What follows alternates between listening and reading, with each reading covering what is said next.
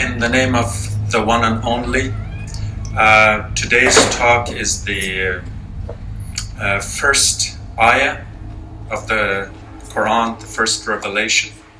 More specifically, it's the very first word, and even more specifically, it's just one single letter of the alphabet. I'm not here to preach. That's not my habit. I'm not even here to teach. I'm here to stir up ideas. I'm looking for how to address issues from a new angle, from a different angle, so we understand maybe the same issue, but from a different perspective.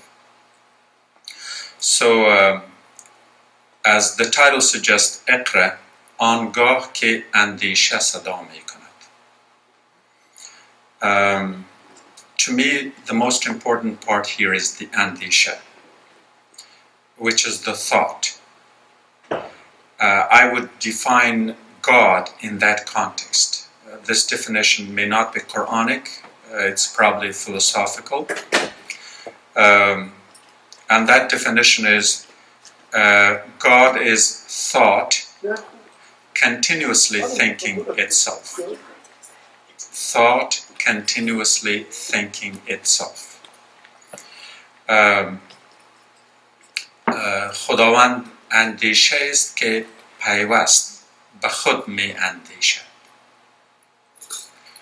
بنان خداوند هم فاعل است و هم مفعول است، هم اسم است و هم فعل است. ولی در نهایت خداوند اندیشه یعنی تفکر است، تفکر خلاق. به اون سبب میگیم خالق.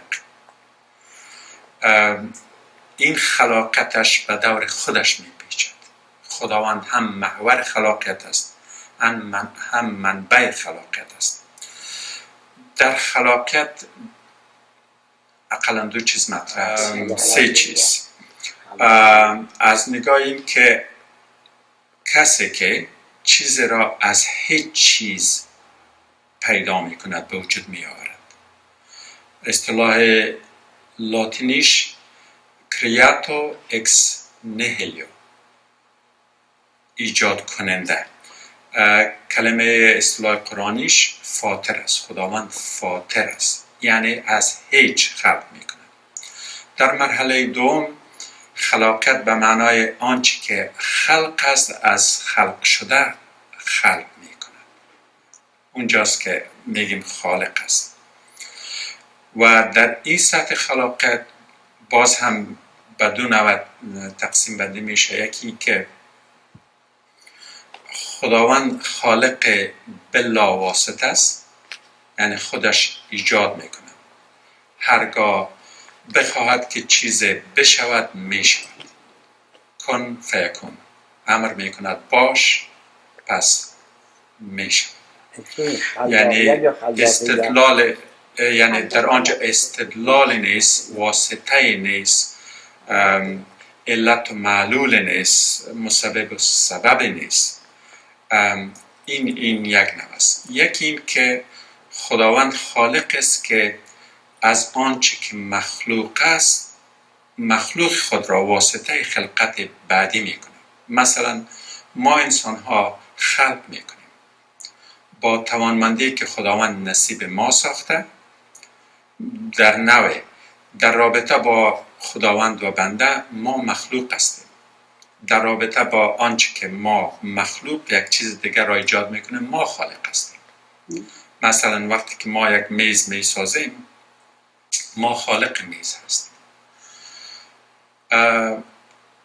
در سطح سوم گفتم که اولیش فاطر است، دومیش خالق است، سومیش امر خلقت است که خداوند خلق میکند، ایجاد میکند، ولی از خود به او استقلال نمیبخشد. یعنی در خلاقیت استقلال است. خداوند ما را خلق کرد، به ما عقلانیت داد، قوه عقلی و توان داشتن خواسته و اراده بنان ما مستقل هستیم در اعمال خود. این خلاقیت است. ولی در بخش امر خداوند یک چیز را خلق می کند ولی از خداوند جدا نیست. مثلا درباره این که قرآن می فرماید قل روح من امر ربی، روح در نتیجه امر خداوند است. اینجا امر به معنای امر کردن نه، فرمان دادن نیست. امر به معنای این که خداوند ایجاد کرده و متصل با خود ایجاد کرده، چون در سطح روح ما با خداوند پیوسته هستیم. Let me summarize in English. In terms of creation, Quran speaks of 3 levels. Creation from nothing, and creation independently, and creating things that are still connected to the divine power. Spirit is the connected creation. Our personalities and physical being is the independent creation. And then the creation ex nihilo is the beginning of, say, the world of existence, where there was nothing and nothing became something. And of course, humans don't have that ability. Now, in respect to the talk, which is based on this concept of God is a thought that continuously thinks itself, we have to think the issue that I often repeat and insist on is that the biggest blasphemy, in my opinion, is when we give God a personality, a personhood. We are humans, and we cannot perceive another being acting, seeing, hearing, touching, all the faculties that we have. We cannot perceive that being in any other form than the form of a human. So when we interpret, for instance, the verse of throne, Ayat al-Kursi, that God doesn't sleep and doesn't get tired and all that, we are basically defining human faculties, but that's not what God is, because we have also attached the personality to it. So God does not have a personality. And it's in this context that when we discuss God, because the concept of God is a very, very old concept from cultures of long ago, then we have trouble detaching that, detaching the personality element from God, the divine entity. So, when we humans, represented by one individual person by the name of Muhammad, who went to the cave of Hira, when he heard this one word, Iqra, who was talking? And what was he saying? He or she or it? Let me recite the 5 verses. اقرأ باسم ربك الذي خلق خلق الإنسان من علق اقرأ وربك الأكرم الذي علم بالقلم علم الإنسان ما لم يعلم. That's the extent of it. But there are keywords in it, and the keyword in the first one is, I don't think I need to translate because most of us know, sure. Read in the name of thy sustainer. That first word. Iqra is translated both as recite and as read. In my opinion, the recite is not a good translation because it implies that, yeah, you can chant, you can sing, you can recite. you are not actively engaged in a process. And for something of that magnitude, that significance, this could not have been an exercise in just reciting. But the word read is more relevant because it's an active engagement. Read involves a participation on your part. Read is a response. Now, if we think about the very first concept of Iqra, it is both a command and an invitation. So you will have to go to the time of the Prophet. Why would he go to the cave? He did it habitually for 40 nights. Every year, went to a retreat. And what was the retreat? Well, he lived in a small town called Mecca or Becca. That's a whole other story we can discuss at some point. He wanted to shun the sense world. He wanted to close the wall on the sense world. He wanted to turn off the sense reality. The sense world is the world that we can perceive through our senses. There are things in it we see, we touch, we smell, we walk, and we do. That's what defines our world. Suppose you were born blind at birth, you wouldn't know the meaning of color. If you were born deaf, you wouldn't know the meaning of sound, for example. And so, for that person, the world is that much smaller. And there are other areas of perception for which the human perception is incapable. For instance, we know something through our scientific endeavors called the X-ray, the infrared, the ultraviolet, which we don't see. In other words, our human sense capacity is not capable, but we cannot deny its existence. So the sense world is what is out there based on our experience, but that's not all the worlds there are.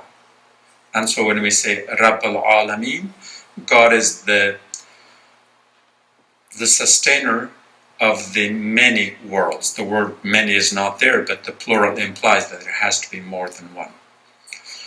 Now imagine the Prophet being there in that cave, which had nothing, it didn't even have light. So his eyes couldn't see anything. There was no sound. There was nothing to touch, nothing to smell.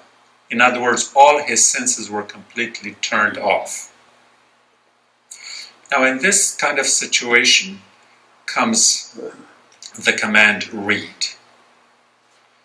Now think about the logical part of it. What part of this is logical? If you ask an illiterate person to read, ask an illiterate person to read. Doesn't make sense, does it? What part of it makes sense when you ask a person to read something in the dark?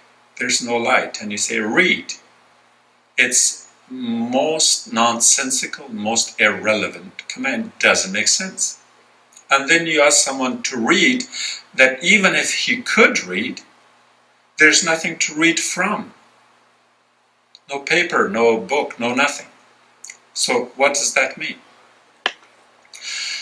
At one level, people might say, well, the Prophet went and made up something. This is just a speck of his imagination. He dreamed, he hallucinated, he was hungry because he was fasting. You can give it all kinds of explanations because you want to make sense out of that in the context of a sense world. So if the only world you believe in is the sense world, you have to make sense of it by rationalizing it. Because otherwise, like I said, it doesn't make sense. But that very circumstance invites us to a different thing. it is telling us that the sense world is not the only world. Reason and perception is not the only way to see things and understand, that there's another world too. So the circumstance is totally illogical. Out, as we say in English, and I think that's a very appropriate expression, it was out of this world. And it was. Now, the other idea here is that it says that first, read in the name of thy sustainer who created. Now here are the keywords. The word read had those significance and some others that we'll get to. And the other word is the word khalaq, the one who created, and the whole creation is there. And in the next verse it says, خَلَقَ الْإِنسَانَ مِنْ عَلَقٍ. Now, let me take a slight detour here. That very argument that that I explained to you, that nothing was logical in it, some people explain that, like I said, that the prophet was hallucinating, hungry, and all that. Others said, well, he's a good poet, because this thing rhymes so beautifully. And this is rhymed prose, Nasr Musaja, which is the most beautiful kind of poetry because it doesn't sacrifice syntactical structure. In other words, you can read it in the exact subject, verb, object order, depending on the language, and it still rhymes. And there were other people who said, well, he's not a poet, he's a madman. And the Qur'an is answering those concerns and critique in two different places. In a very detailed way, the surah called Najm explains that. And Najm is a surah, actually the ayah itself, is often, again in my humble opinion, not translated correctly. We were talking about translation earlier. Most people translate Najm as what? The star. Zaman. No.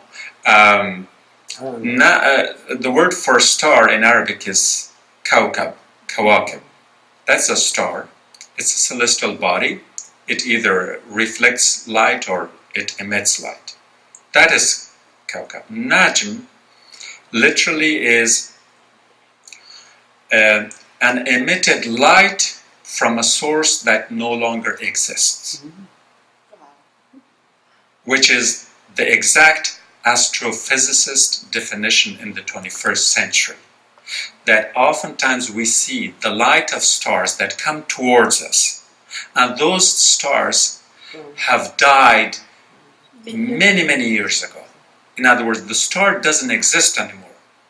The light is traveling, of course, at the speed of light, and it has reached us after millions of years, and therefore what we see doesn't have existence in terms of the distance, reality. ببخشید میتونیم بگیم نوریه که منبعش از بین رفته. از بین رفتن، بله. So, when that surah begins with وَالنَّجْمِ إِذَا هَوَى, again, it's very detailed. I think it will be interesting if you have time to read Surah Najm, which is pretty much explaining to the unbelievers, the issue of their disbelief. Why they didn't believe the Prophet. For us it's easy. 1400 years later, it's our reality. But for them, they had to think about it at that very time. Is this man telling the truth? Does it make sense? I mean, people are logical. I think in the context of Surah Najm, the word Najm has a different meaning. And that meaning, if I can take the liberty, is the unfolding, the unfurling. what we call revelation. Revelation is, the reason I prefer the unfurling is that in a revelation something is hidden and becomes revealed. And in the unfurling there is more poetic sense to it. The reality was there all the time. Nobody denied God. But then how is God perceived and understood in a different way? So it would be this unfolding, which in this case is what? The references to that first word, Iqra. Something spoke. It unfurled. It raised a question. It gave a command. An unfolding as it comes down from on high. On high. وَالنَّجْمِ إِذَا هَوَى. High here is not geographic. In the universe there is no high and low, there is no left and right, there is no north and south. Those are all realities of an earth-based lifestyle that we have. There's no north and south there. But when the Qur'an is talking about from on high, in my opinion, it implies that where we are in this little third rock from the sun, reality in this earth, that this is not the center of anything. Remember, people thought the earth was the center of the universe, and we know all that stuff. But this one is telling us that you are not the center of anything. The center is high up somewhere else, and from there something comes to us. Now, when we emphasize the word that it comes down to us, you can use the word nuzul in Arabic. That would be, if at least for the sake of argument we accept that there is a higher ground, higher reality, and something came down, what would it require in return? If something comes down, then something could go up. Now, this wasn't a telegram that was sent to us. It wasn't a telegram. It was divine. It was God as thought that came to empower us, but not to stay with us, but rather to elevate us to a higher ground. And for those of you who were in my lecture on Ibn Sina, remember there was a circle. The circle of descent coming down, God as the Aqli Kul, and we came down to earth. We became human. The next part of it is that we have to go back up. So God's Spirit comes down to human. It empowers humanity to elevate humanity back to the level of God. So all the fikr, zikr, all the 7 valleys of, purification, all the things that we do it to go back to God. The Quranic verification would be inna lillahi, we came from him, wa inna ilayhi raji'un. So, when the Iqra came, what was the purpose? Not because someone needed to recite something. It came to us so it can take us back there. We have to complete that loop. And in Surah Najm, it also talks about Qaba Qawsain in a different context. I'm translating that as Qaws. Qawsain is used in Tasniya, in dual form. If you put 2 Qaws together, you make the circle. So the descending half of the parentheses, Qaws, and the ascending, going back there. So I think in that particular experience, the divine connects with humanity. And as I said in the beginning, our problem is that we give God a personality and then we look for a reason. How did he do it? Where was God standing? And then you get in all kinds of trouble. And as I keep saying, do not translate the Quran literally And even more so, do not translate it literally without a context, because that's when you lose everything. So, God wanted to connect to humanity. So what was God? Now, yes, I interpret it as thought, but God is also power. And power in the sense of empowerment.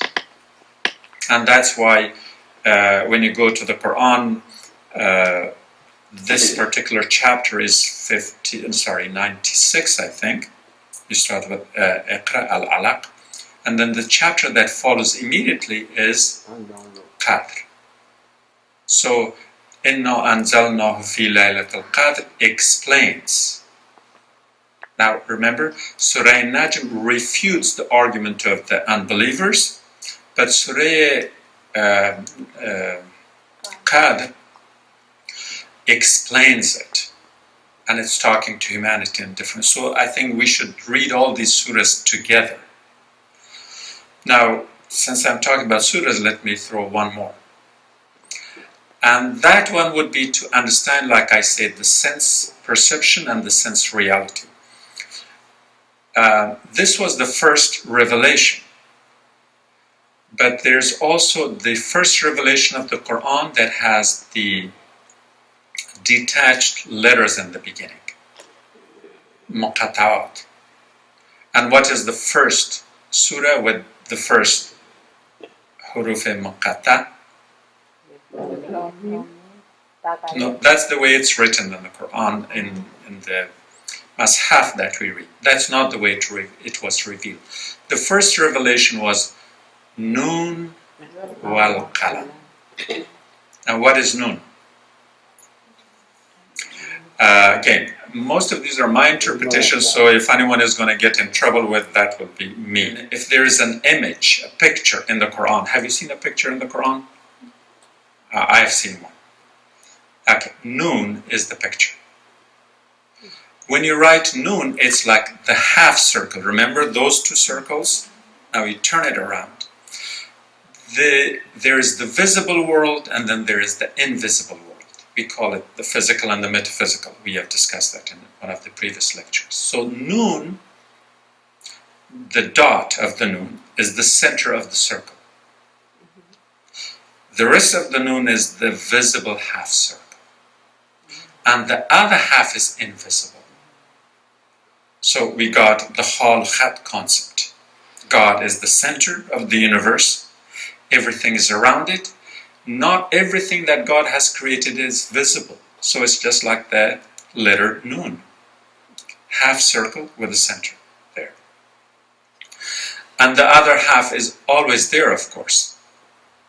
But it's just that our perception doesn't get it. Nun also is the name of a fish. What fish was that? Zannun. Right. What does Zannun mean? Sahibe Dota. So where is the other two? The only way you get the other two is to accept that there is the invisible part of the Nun.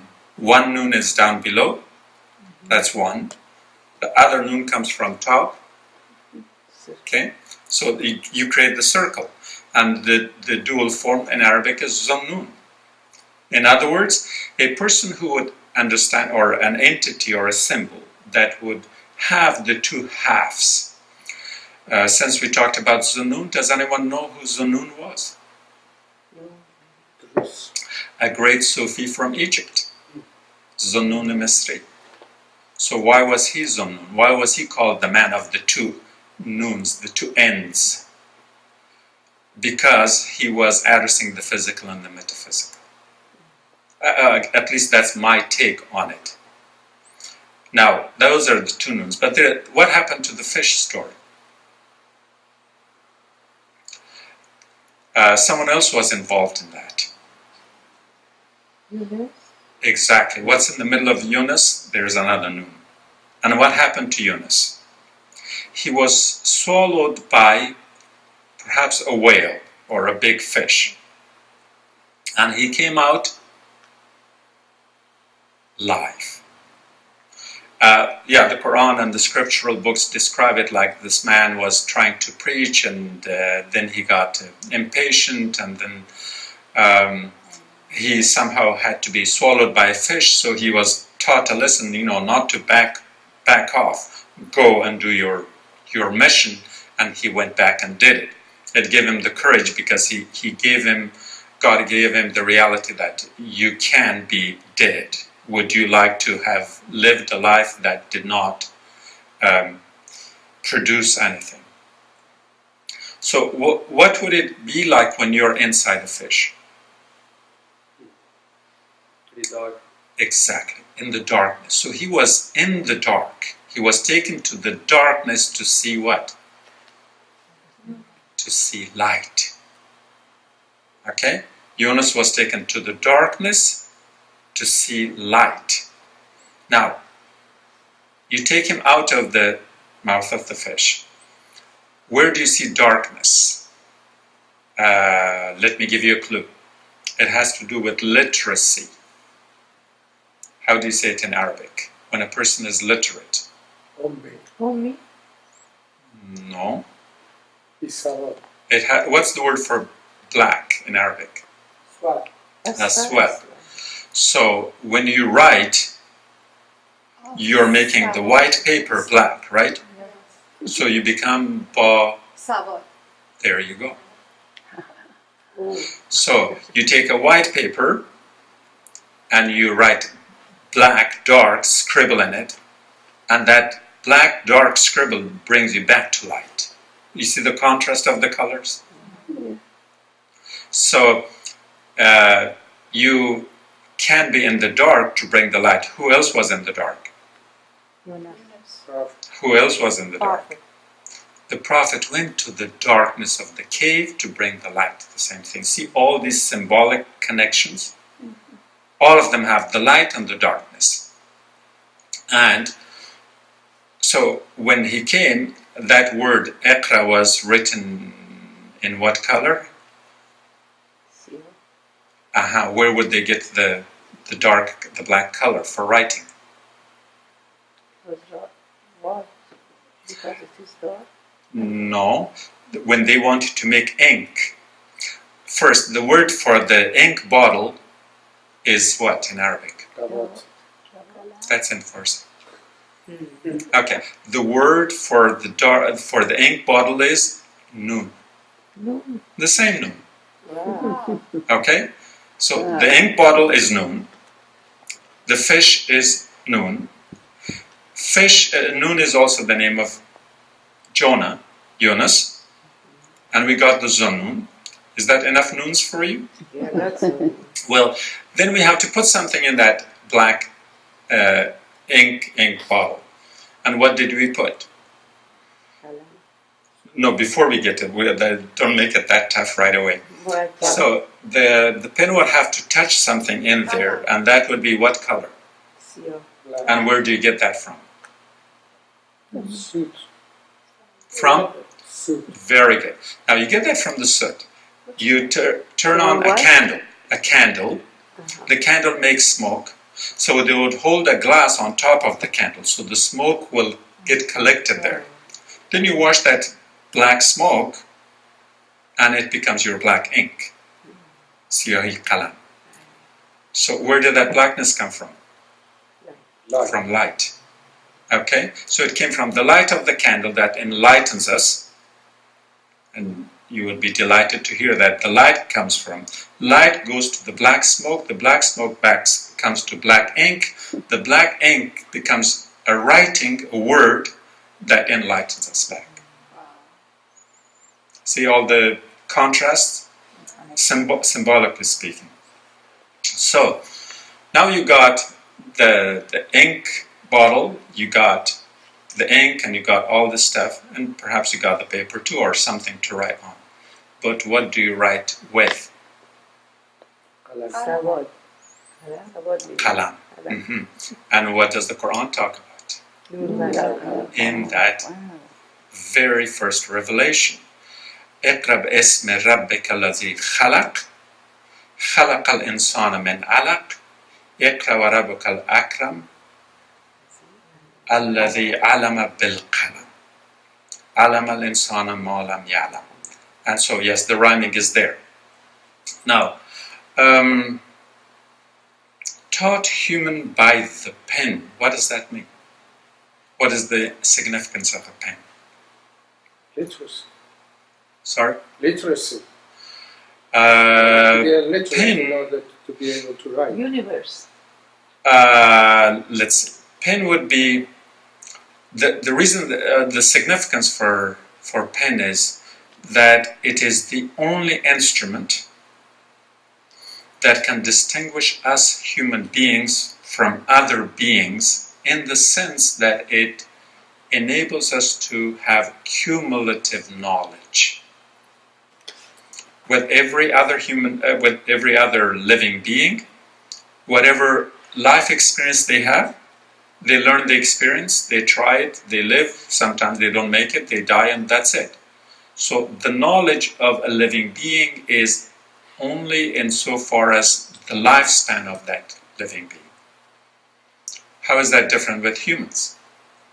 Because the knowledge that we have was not necessarily all ours. For centuries and centuries, people who had knowledge, who accumulated knowledge, they recorded it, passed it on to the next generation, and then it became that. So I often argue that people think that Socrates was a very knowledgeable thinker, right? I think we have probably many more Socrates today than they had at the time of the Greek civilization. Why?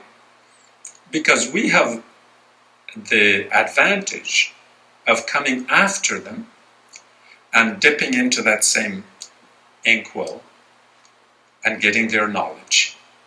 And so all our knowledge is not, our life is not,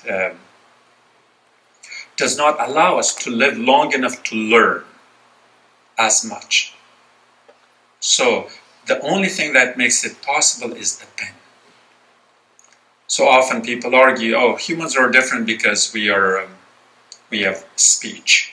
حيوان ناطق. Absolutely not. Yes, in some ways we are different, but I think that which gives us the most advantage is the pen, symbolically. And it's right there in that first revelation. So God is addressing humanity in the context that God connects, not with you as an individual, but you as the sustainer, the holder, the vessel of all human knowledge, or as much of the human knowledge of past and present. And therefore, it's a connection between the divine and the human at large, the historical human, the geographic human, and all other definitions that you can give. And so therefore the kalam will have that significance. Now, the Arabic language is a noun-based language, not a verb-based. So every word starts in the form of a noun, and then it has all these derivatives.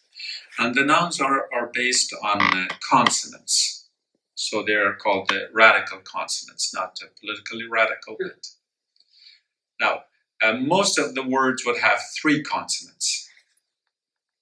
Now, in Arabic, there's also a rule that's called the consonantal inversion. That is, the consonants, the 3 consonants in most words, not in most words, in some words, the place of the 3 consonants could change, but the meaning will not. In other words, if a consonant has, let me give you an example. Zawj. What does it mean? 2 or pair. Juft, right? What does jauz mean? Joe. It has the same meaning. So whether you say zawj or jauz, The meaning doesn't change. Yes. But one is ja, wa, z. One is z, wa, ja. The consonants shifted, but the meaning remains the same. Jaws means stay? Yeah. So because when you open the jaws, the nut, there are two pairs inside. That's why they call it jaws. جواز هندی بشم. There you go. Yep. Most nuts have, now we are talking botany, most nuts have the two sides, right? Yeah. The seeds are split in two parts.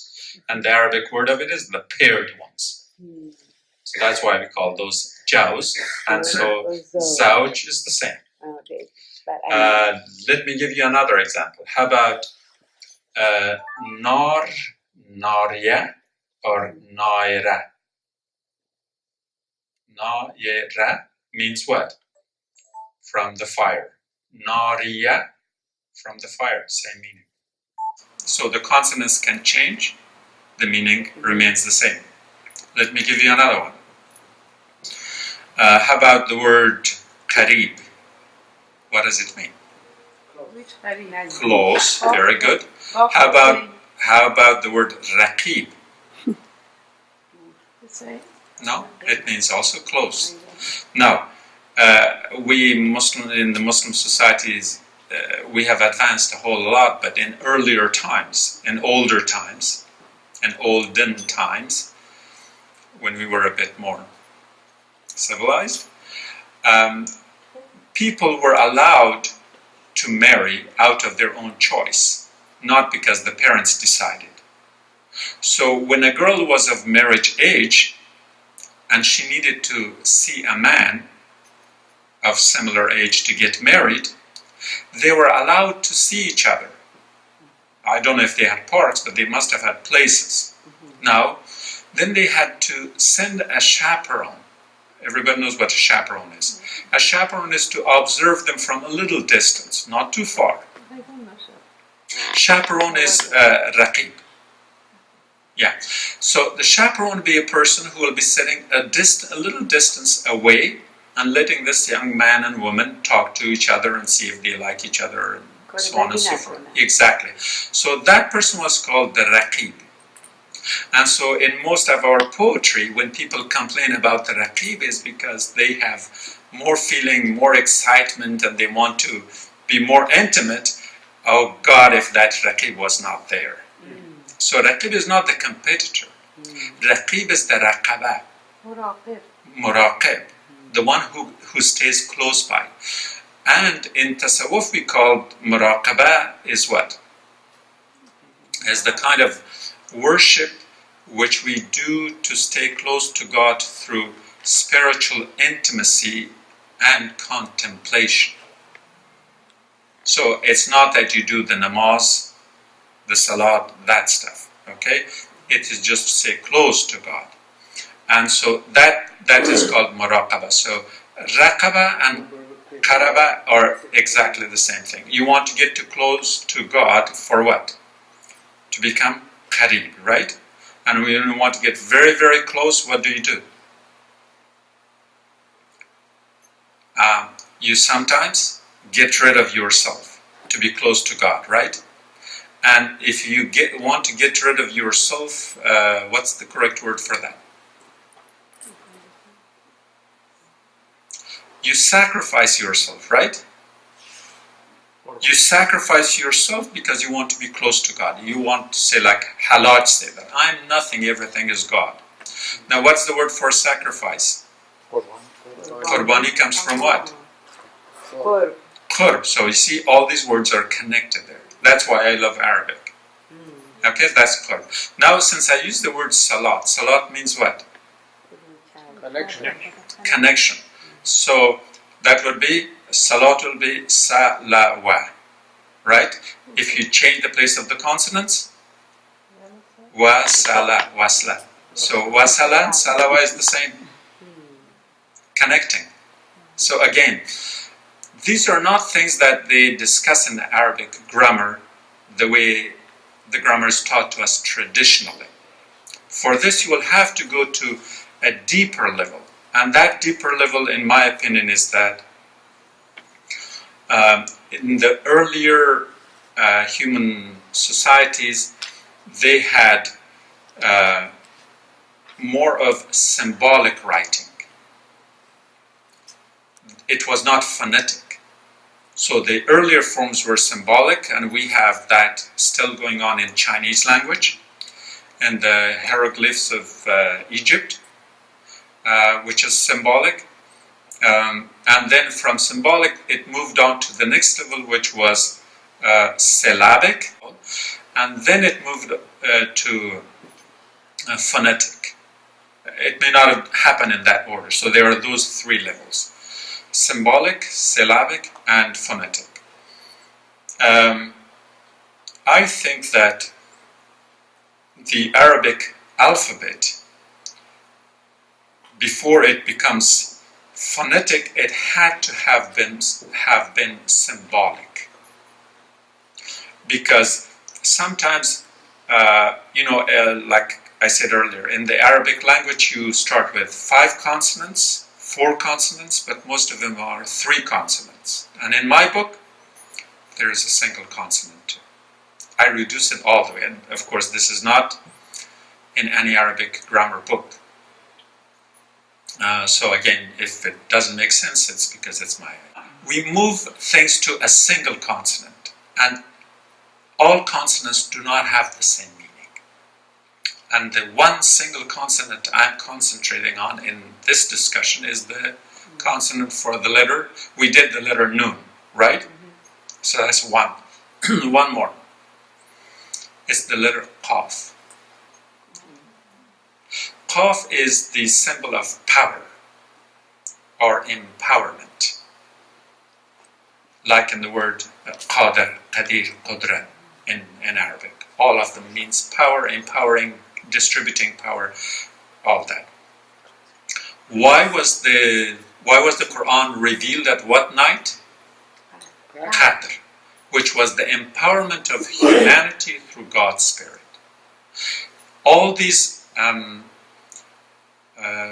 surahs and ayahs that I refer to, especially all the surahs, every one of them has the letter Qaf in there, including the very first revelation when I said Iqra, and I said we will concentrate on one single letter, that's the Qaf.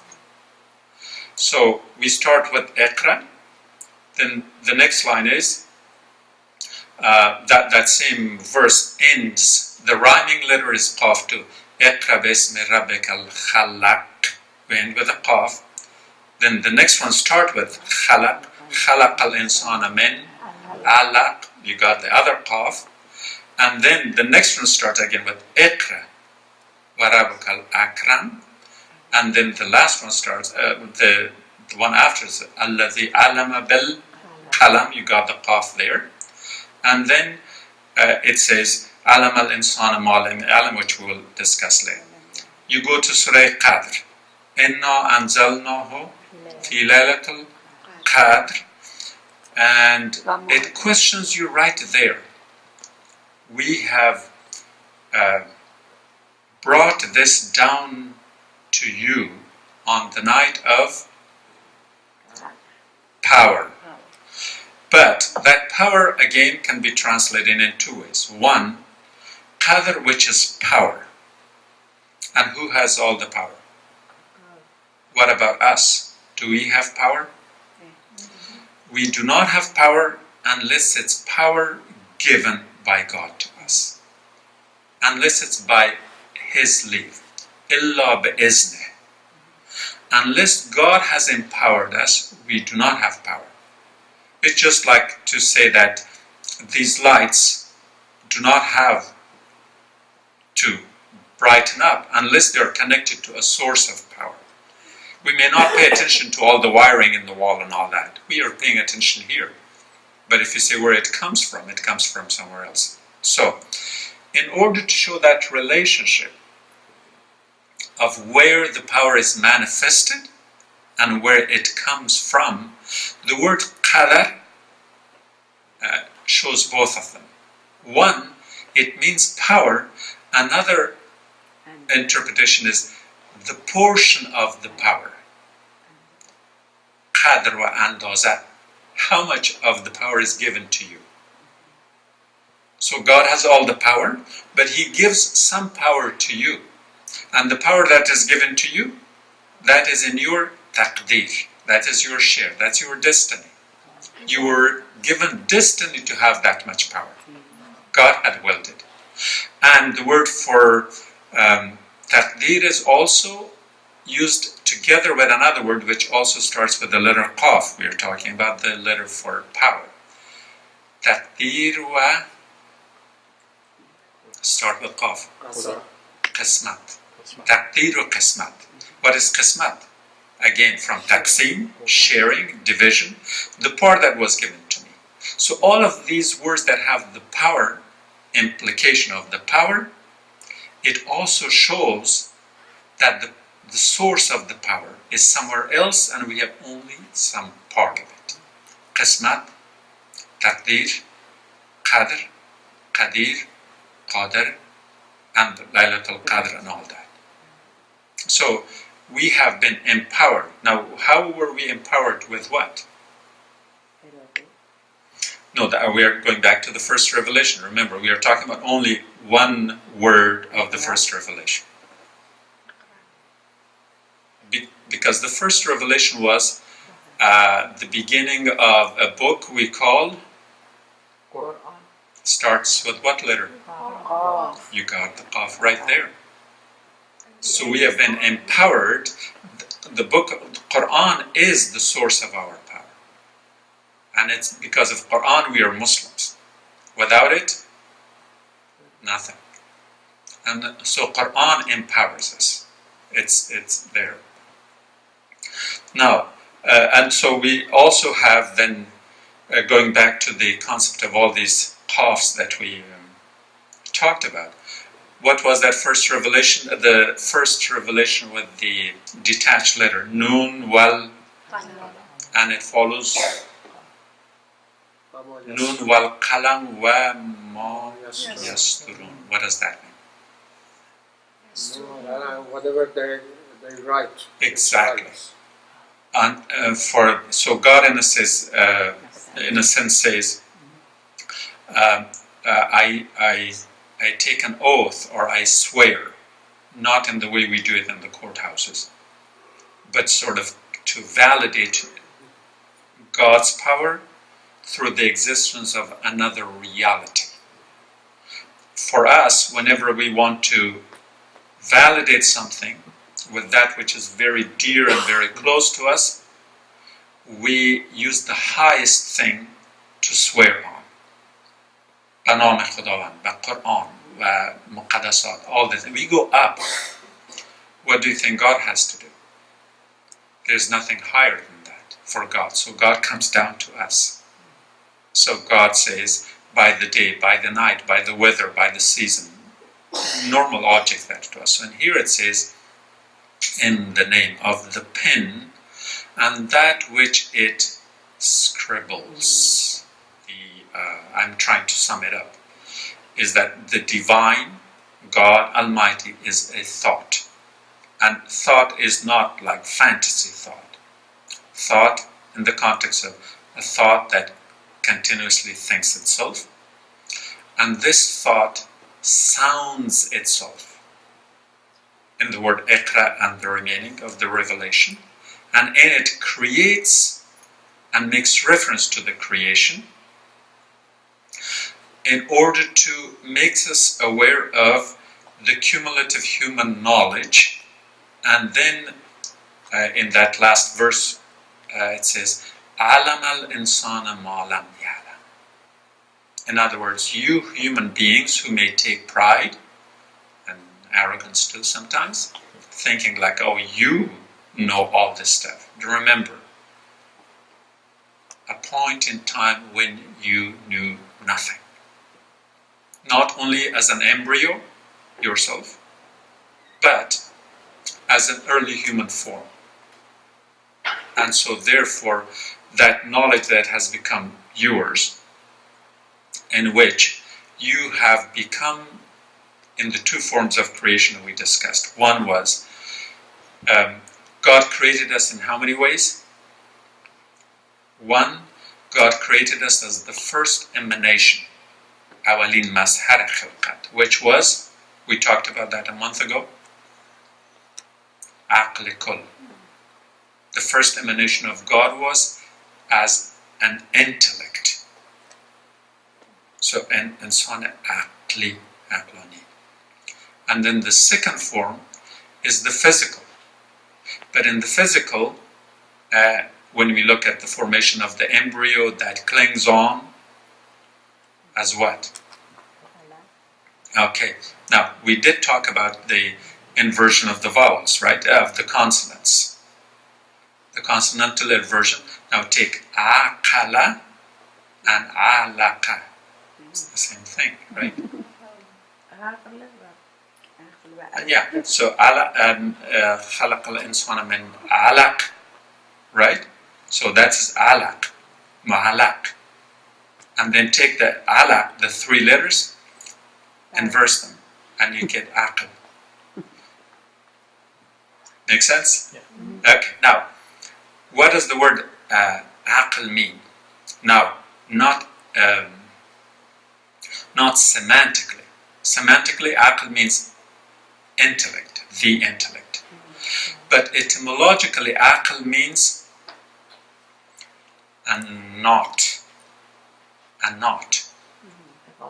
iqal, which is what we put around our heads, at least some do, which is a knot, right?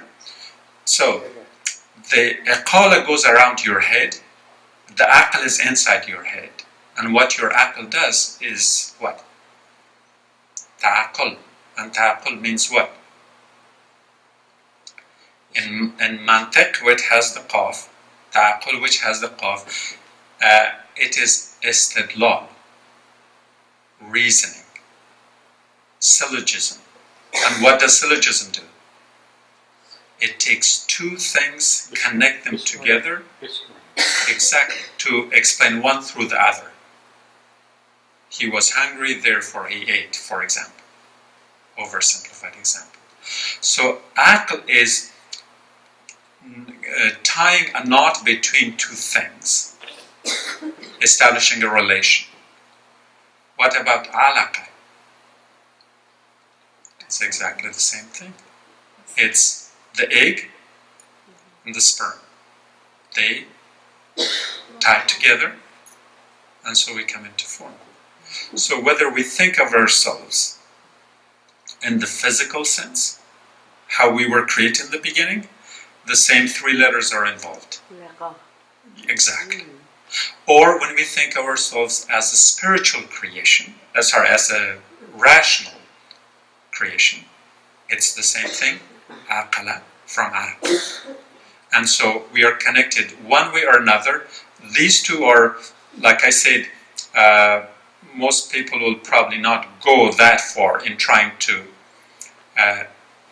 connect things that they will say, well, it's just the germ cell, that's what the Qur'an says. They will give you 2-3 interpretations. But like I said, I'm not interpreting it semantically. I'm going etymologically, symbolically, and that's why I said the essence of the whole talk was just to talk about that one letter, qaf, which means empowerment, but also outside of the Quranic language, words that contain qaf in Arabic generally are words that implies exaggeration, superiority, excesses, or maximization of things. So for instance, if we talk about the highest place on the face of earth, that's qullah, so it has to have qaf. The lowest place on the face of earth, qar, it has the qaf. The longest time in the past, so it's the excesses, whether it's time, space, or any other form, the qaf is there. So now you might ask a question like, how were the Arabs so smart to come up with this specific letter and put it in their alphabet and make it part of their vocabulary? I'm thinking it was more than some smart Arab who thought out of an Arabic. And that's why I'm saying that we often become too arrogant. We do not give enough credit to earlier human civilizations. So the vocabulary, when it was created, how it was created, and I, as a linguist, I have no idea how this happened. But it just cannot be just an accident. For all these words, like I was explaining to you, to have so much interconnection in terms of writing, and so much connection in terms of its meaning, and so much connection in terms of its symbol, at the level of language, and even more so at the level of understanding the divine. And with that, I will end the talk, hoping that I have confused you enough to think about it for next time.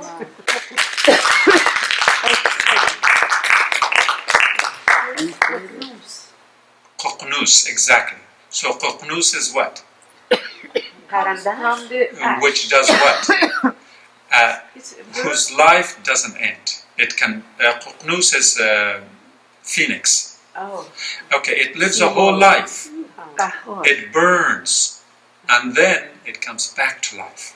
In other words, it's eternal, no end. It comes from ash. Ashes, yeah, it rises from its own ashes. Nothing can do that. So again, it has not only one but two qafs in there. با کوه قاف هم ارتباط داره. Of course. What is Koh Qaf? It simply means the highest mountain. We are somehow assuming that it has to be in the alphabet. Not so. Koh Qaf is the highest mountain. Again, imagine. Exactly. So, what bird was there? Simon.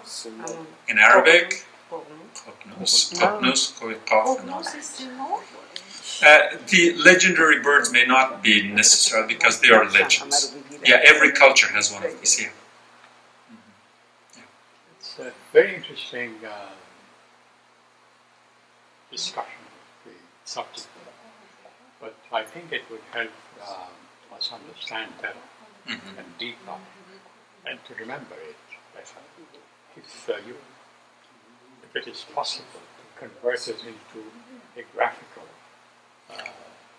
because it lends itself to graphics. Right, yes. Because you're bringing taking one word and expanding it graphically Yes, yeah. into a graphic rendering. I think I did in one of the earlier ones. To me, the letter Qaf, how do you write it?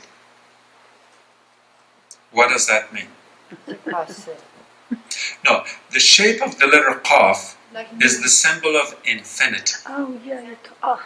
It keeps going, spinning and spinning and spinning. That's your Qaf. Now, it came from earlier Greek architecture, for those of you who are specializing. In Greek architecture, the idea was one way to reach God was to go to Mount Olympic, right? To Mount Olympus. And there you would, how would you send a message, a telegram, Twitter to God? Morse code? No, you would call God. And how would God respond? Oh, it did. It always did. In this city, it didn't. So if you wanted to talk to God and hear God, you went to Mount Olympus, and you will address God, and the echo will come back. So the echo was God calling you back. Wow. Now, so every time he didn't have to go to the Mount Olympus because it was too far or inconvenient or whatever. So then they built their places of worship, and these worship places were supposed to symbolize the height of Mount Olympus. So when they built the columns, at the top of the column, they meant the Qaf shape.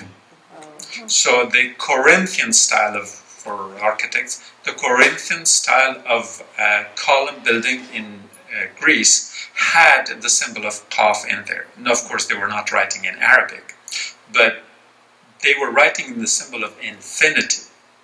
So at the top of the column is that loop, which means, imagine that this goes as far as Mount Olympus. It reaches God.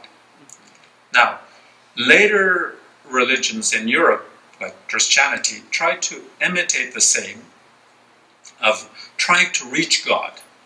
Because we had an earlier attempt by the Babylonians to remember the tower they built? Because they wanted to reach God. Europeans tried to reach God, God, with T. Now, use God as an adjective for buildings, steeples, sharp, high buildings, churches. What kind of architecture was that? Gothic? Gothic, exactly. So Gothic was when the Europeans, instead of building columns like the Greeks, they wanted to build high steeples for their churches, sharp, way up, so that they could reach God. And so that style was called Gothic because they were reaching God. Same Greek thought, right? Babylonians.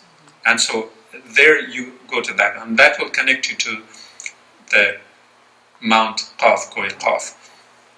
But now, if that was the symbol of infinity, what happened to it? What is the symbol of infinity today? I wanted to ask you a question. Why it's like that? That one, the symbol we use for infinity is only about 150 years old. That's a modern one. A German scientist came up with the idea to, a twisted circle. But traditionally it was always the shape of the letter Qaf, which, like we discussed in the whole lecture, implied empowerment, excesses, exaggerations, highest, lowest, widest, longest,